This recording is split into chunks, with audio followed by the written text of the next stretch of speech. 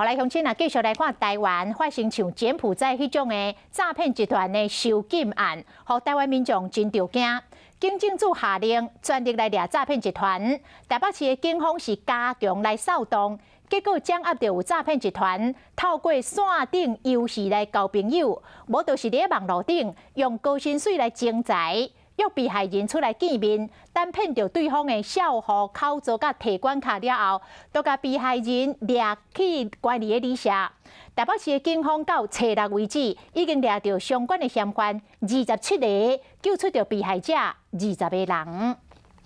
台北市也发生诈骗集团囚禁案，不过这次囚禁的地点不是一般的住家，而是我后面的这一栋商旅。关于被害者的商务旅馆，就伫台北市大东区的车路边啊，交通真方便。今嘛煞变作诈骗集团关人的地点。诈骗集团的成员伫线顶游戏熟悉网友，伫网络顶打高薪包食大找人才广告，所来对约网友见面，以为说骗对方甲银行口座、领钱卡等等的资料交出来，随后就会甲被害人一人一间关伫商务旅馆内底，一直到过2-3天才会甲人放出来，而且佫一定换关人旅馆相片追踪，已经有3个人受害，其中1个人的口座有非法金流高达2000万。没有吧？那个移工比较多，都是住在当天就隔天就退房了，就一房一付钥匙而已。经清查，其银行账户过去1个月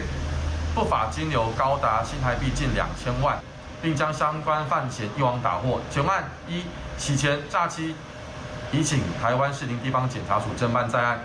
诈骗集团若对大东区商务旅馆动歪脑筋，艋舺区警方最近清查辖区内底103间旅馆嘛发现，对8月份到10月底，总共有11个人受害，掠到4个诈骗集团，掠到嫌犯12个人。诱骗被害人携带账户存折，共计有4案，均因施行拘禁、诈欺等罪嫌，移送地检署侦办。 台北市警方加强调查，8月以来已经掠到27位相关诈骗集团的成员。诈骗掠人案直直传出来，就惊有后一个人质受害。警政署嘛下令要掠诈骗集团，莫让台湾变作后一个柬埔寨。